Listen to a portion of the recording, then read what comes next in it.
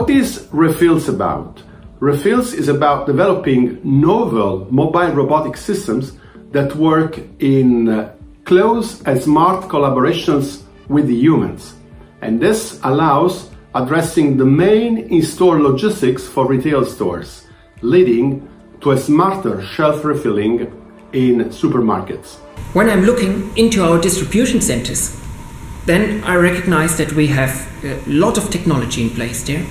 But when we look into the stores itself, then we see that we have a lot of manual tasks without any automation support. And that was the starting point of Refills.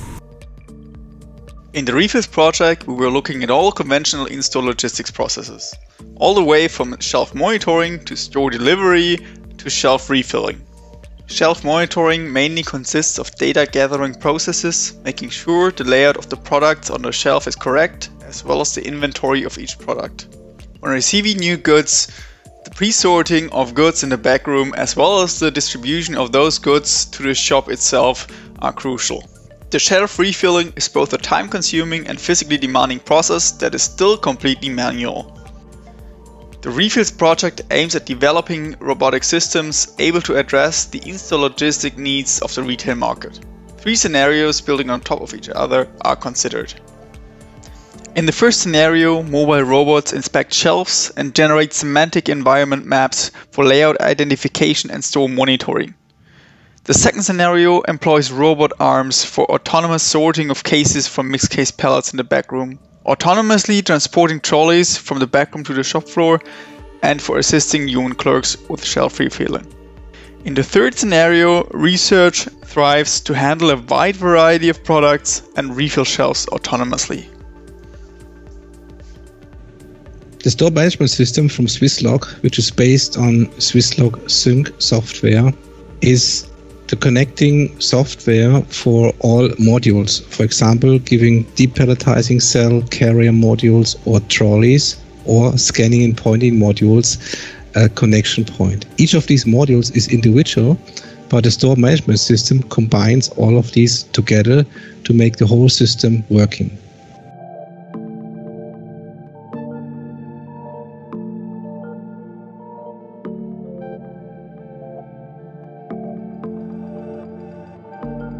In order to build the semantic store maps, you first of all have to equip the robot with knowledge. The robot has to know how shelf systems are composed of their parts. So we have to tell the robot something like there is a base of the shelf system and that there are individual shelves, and the individual shelves are mounted at the shelf system horizontally, and they are mounted at the back of the shelf, and that each shelf has separators and barcodes that basically tell which products are at that particular place. And then the robot has to take these informations and compute a plan on how it can recognize shelf system in a supermarket. So by doing that, it derives, for instance, that it first has to find the shelf system itself. If it has found the shelf system, it knows there should be individual shelves horizontally at different heights. So it scans the shelf bottom to top, and then it finds the individual shelves. And now it knows that in the individual shelves there should be separators and barcodes. So it basically scans horizontally to detect and recognize them. And then when it knows which object is supposed at each facing, then it looks for the products itself. So the strategy of scanning can be derived from the structure that we have given the robot as a prior knowledge. At Intel Movidius, we worked on identifying and counting the products on the shelves. In order to do this, the University of Bremen provided us with the 3D scans of the product to create a synthetic dataset for both product identification and counting. This dataset was then generated using Intel's Osprey renderer. We also created real-world dataset from DM Store in order to validate our product identification and counting methods in the real-world setting. For product identification, we start with the product image captured by the robot.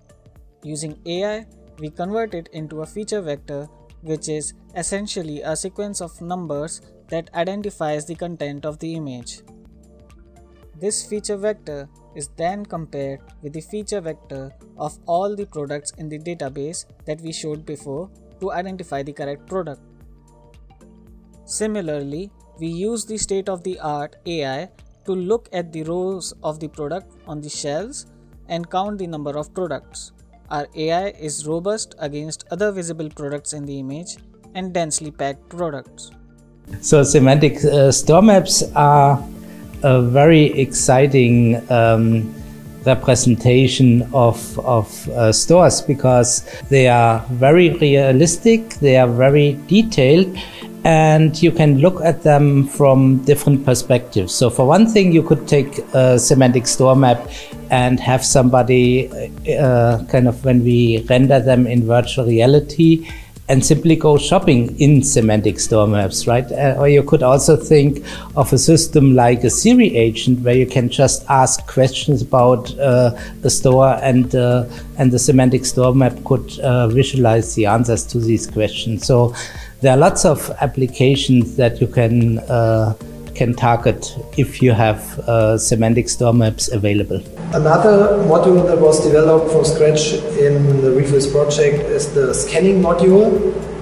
Its purpose is to scan automatically the shelves with vision technology. And the platform basically consists of a retractable linear axis that can reach from the bottom level to catch the lowest shelf levels up to about 2.1 meters height to capture the products on the top level of the shelves.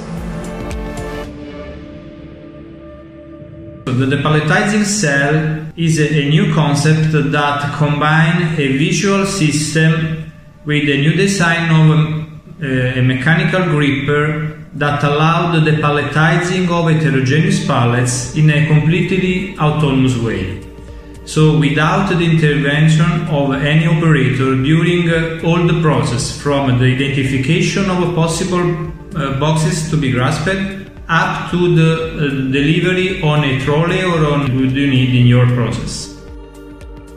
The new gripper that we developed is special because allows to adapt to different sizes of boxes and also allow possible grasps in different directions. For example, not only from the top, as is typical for other kind of grippers, but also lateral. So by grasping boxes from below, so in a way that if you have a heavy boxes or boxes that can be opened involuntarily, for example, if you grasp from the top, this cannot happen because you grasp by holding the boxes from below, from the below side. So this allows to have safe graspings for any kinds of boxes.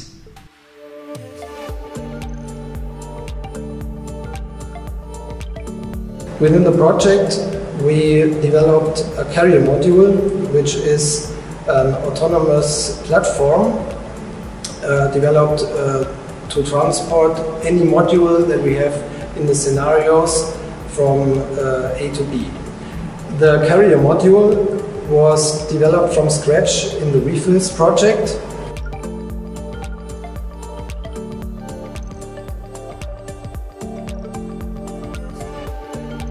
In scenario 2, the collaborative shelf replenishing scenario, we added a pointing device which is helpful for untrained clerks to find the spot where they should fill in certain products. And it helps to speed up the whole replenishing process. In the collaborative shelf refilling, heavy boxes have to be handled, and with our robot we are supporting the clerk with the critical tasks. the robot is handling the heavy boxes with pushing and adjusting them to a proper height for the clerk so that the products can be refilled by the clerk easily. This robot places the case with the products at an optimal height and suggests the optimal refilling procedure from an ergonomic point of view. The system is tailored to the anthropometric characteristics of the specific clerk in order to reduce the risks of musculoskeletal disorders. To develop this system, we have carried out an ergonomic analysis of the refilling task by doing experiments and massive simulations using digital avatars. We believe that the human-robot collaboration is meaningful only if it allows to improve the efficiency of the process by improving the working conditions and by preserving the health of the human workers. So in the scenario 3 of the Refills project, the main objective is to try to perform the restocking process of products in a supermarket using a robot like this. One of the main challenges of this objective is the need to manipulate a lot of different objects. We are able to combine visual and tactile sensors in order to do our in-hand manipulation maneuvers and correctly grasp the object on the pick tray and execute a pick and place task. We use the camera to detect the object on the shelf, basing on artificial intelligence technique. Instead, we use the gripper and the tactile sensing to change the orientation of the object between the grippers. For example, let's take this object. We are able to change the orientation between the object and the gripper doing the so-called gripper pivoting maneuver. That means change the orientation of the gripper while keeping the object fixed in the space. Another in-hand manipulation maneuver that we can do is the dual one. It's the so-called object pivoting. We keep the gripper fixed into the space and we let the object rotate in hand so that to change its orientation. Both in-hand manipulation maneuver are model-based, so we don't use artificial intelligence on this kind of stuff, but we use only a model of slippage between the object and the tactile fingers. And we combine that with our knowledge representation and semantic task specifications, and together we could go and basically place selected items at the right place in the right way into the shelf system. For the autonomous scenario, the last link of the robot can be replaced by an actuated wrist. The wrist has 3 additional degrees of freedom and is equipped with a gripper so that single products can be manipulated. For that scenario, single products are standing on top of the trolley levels and they can be grasped by the robot and manipulated to the shelves.